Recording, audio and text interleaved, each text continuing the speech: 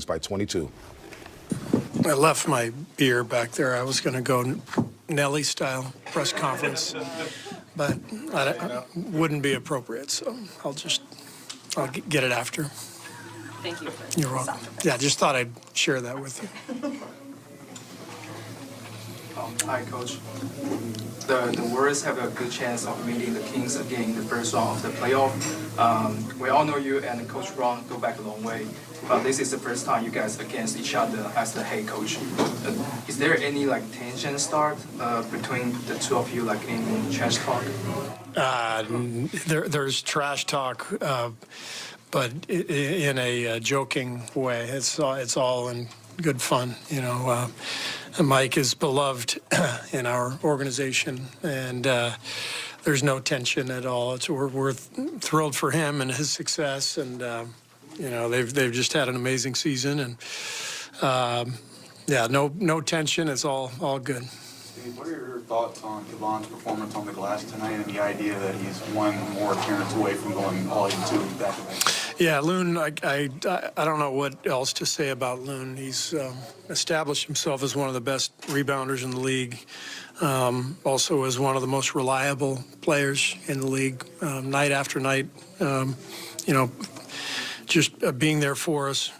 He's also a stabilizer. We have a team that can kind of lose poise, like you saw tonight. 24 turnovers. We had some really bad possessions, and Loon is a stabilizing force. He had 7 assists tonight, only 1 turnover, 16 rebounds. Loon is, he's just one of our best players. You mentioned the turnovers. Just what did you make of them? What was causing them so much? Carelessness was the main cause. Sacramento played hard and they got into the ball and they forced a couple, but you saw some of the careless passing that we're not going to be able to get away with in the playoffs. So we've got to win one more game, obviously, to get in, but assuming we get in, we're going to have to play a lot better than we did tonight. Carelessness is a word, or synonyms for that word, has been something that's been brought up all season long. With the playoffs right there, how do you kind of shape that finally heading into the postseason? Well, you think about last year, we've always been, a team that kind of lives on the edge. We're a little wild, a little chaotic, but we've thrived in that chaos for many years. So we just can't cross the edge. I think you might remember against Memphis in the playoffs last year, we had a game where I think the closeout game, we had 22, 23 turnovers. And then we spent the next two series against Dallas and Boston really taking care of the ball and executing and playing well. So it's up to us. We have it in us, but the focus, the attention to detail, it all has to be there.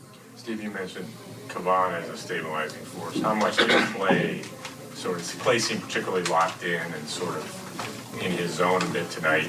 And as you get closer to the playoffs, given everything he's been through the last couple of years, do you see him sort of relishing this maybe more than ever? Yeah. How much do you need that from him? Well, Clay's had a great season. He really got it going there, especially in the second half. And his defense was good. I thought we picked up the intensity in the third quarter and got a little separation, and Clay played a big role in that at both ends. So obviously he's a four-time champion and a guy who's made big shots in big games his whole career. So we're going to need all of that going forward. Just piggybacking off that, do you think Clay's playing back at a level he was back in 2019? Everyone always wants to talk about or ask that question, and I just think it's 2023. So, we could just keep going back and, with every player and say, 4 years ago he was this, he was that. It doesn't matter. It's whatever that's happening right now is what matters. And Clay, just like Steph, just like Draymond, they're different players now than they were 5 years ago, just because of age and wear and tear and wisdom, and you got to throw it all in the mix. And But Clay is a great player still, and that's the main thing. So I just don't find the value in going back to comparing him to other years. Were you